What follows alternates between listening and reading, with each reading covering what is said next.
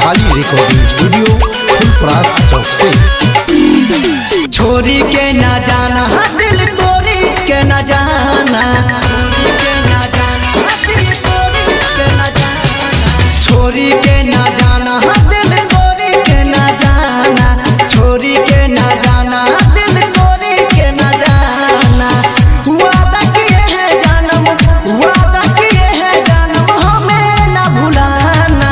छोरी के ना जाना दिल तोरी के ना जाना, छोरी के ना जाना दिल तोरी के ना जाना, छोरी के ना जाना दिल तोरी के ना जाना, छोरी के ना जाना दिल तोरी के ना जाना।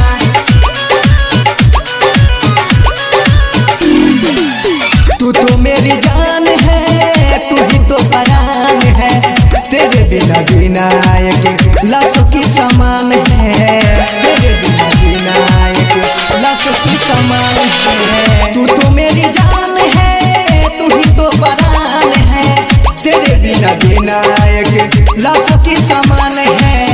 जुदाई न सह पाएंगे, जुदाई न सह पाएंगे, साथ तो निभाना। छोरी के ना जाना दिल तोरी के ना जाना, छोरी के ना जाना दिल तोरी के ना जाना, छोरी के ना जाना दिल तोरी के ना जाना।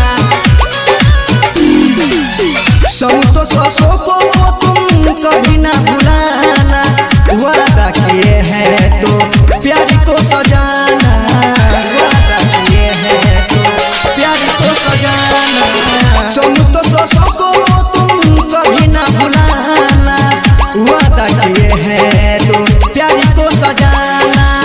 राम राजा को तुम, राम राजा को तुम दिल न दुखाना।